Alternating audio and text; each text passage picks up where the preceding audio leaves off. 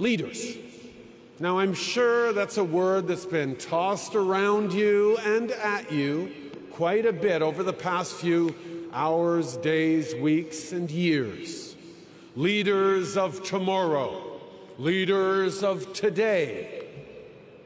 But what does it mean? What attributes does a 21st century leader need to have? What do people need most from their leaders today and tomorrow? Now, I think you need to be brave, really brave. And I know when you think of courageous leaders, you think of those folks who stood implacably and fearlessly anchored in their sense of rightness, willing to pit their ideas against all comers, against the slings and arrows aimed their way. Well, I don't think that's brave enough. I don't think that's good enough for what our shared future will ask of you. I actually don't think it's ever been good enough. See, let me tell you a bit about Wilfrid Laurier, a promising young lawyer at the end of the 19th century who would go on to become my second favorite prime minister. He was raised and educated as a proud Catholic French Canadian, an exemplary representative of one side of the two identities that had come together to found Canada just a few decades before. The two solitudes, the other half being English-speaking Protestant and fiercely loyal to the British Crown, accommodated each other, cooperated together, and generally put up with each other to build our country, but still felt all too well the divisions and fault lines that had led them through almost a millennium of tensions and wars between English and French.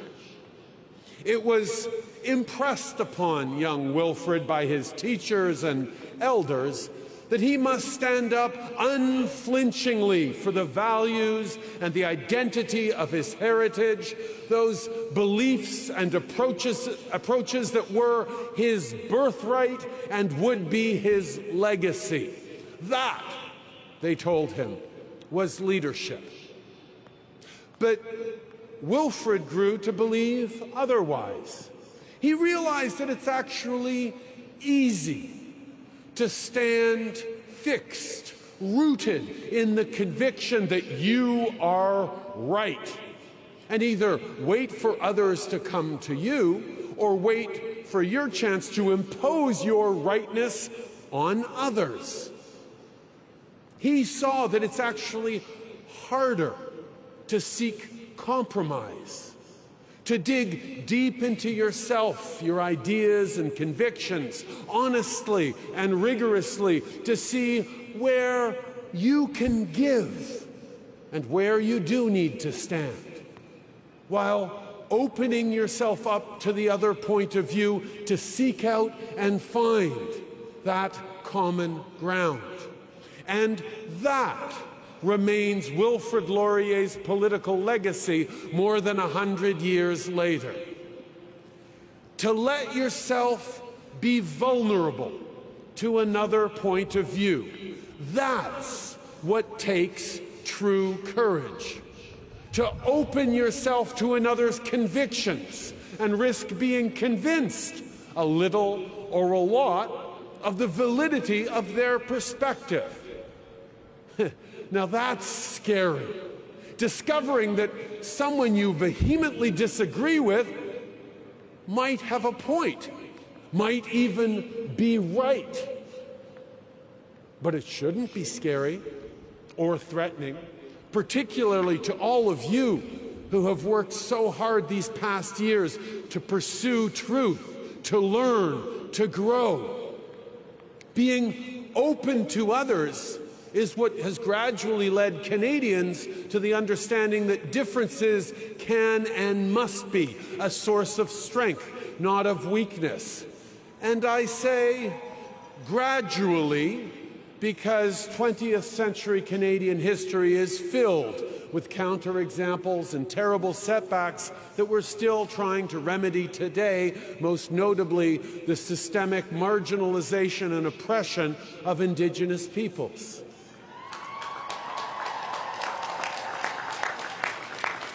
We're not perfect, of course, but that sense of openness, respect for other points of view, and acceptance of each other really does underpin our approach as we try to solve the great problems of our time.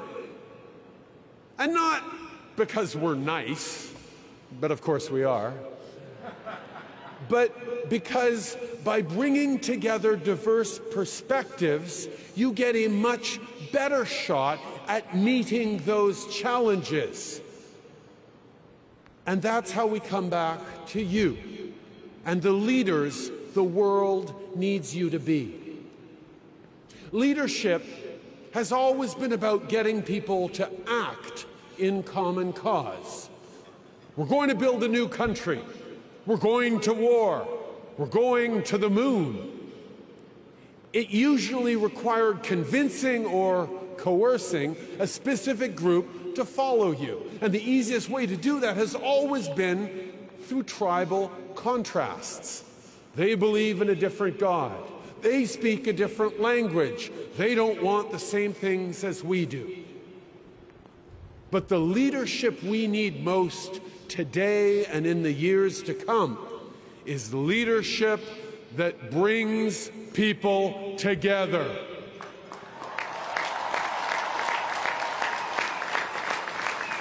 That brings diversity to a common cause. This is the antithesis of the polarization, the aggressive nationalism, the identity politics that have grown so common of late. It's harder, of course. It's always been easier to divide than unite. But mostly, it requires true courage. Because if you want to bring people around to your way of thinking, you need to first show them that you are open to theirs. That you are willing to enter into a conversation that might change your mind. Show respect for their point of view, and you have a better chance of actually having them listen to yours. And regardless of what happens, you will have had a genuine exchange that focused on understanding, not on winning a debate or scoring points. And you will both be improved for it. Now, let me be very clear. This is not an endorsement of moral relativism or a declaration that all points of view are valid. Female genital mutilation is wrong, no matter how many generations have practiced it. Anthropogenic climate change is real, no matter how much some folks want to deny it. But here's the question. Do you want to win an argument and feel good about how superior you are? Or do you actually want to change behaviors and beliefs? See, it's been pointed out that one of the many differences between Abraham Lincoln and Jefferson Davis was that Davis preferred to win a debate, while Lincoln would rather win the war. And that's the question. Do you want to win an argument, or do you want to change the world?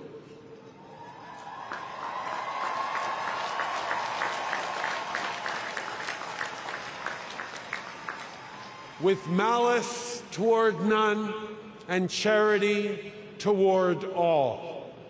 Let those words of this country's greatest president guide your ambitions, your hopes for yourselves, your families, your country, your planet. There is no shortage of cynicism and selfishness in the world. Be their answer, their antidote. I am abundantly optimistic about the future because of you. It is yours to make and mold and shape. The world eagerly awaits, indeed requires, your ideas, your initiative, your enterprise, your energy, your passion and compassion, your idealism and your ambition. But remember that true courage is the essential ingredient in all your efforts. Congratulations, class of 2018. Now go change the world. Merci.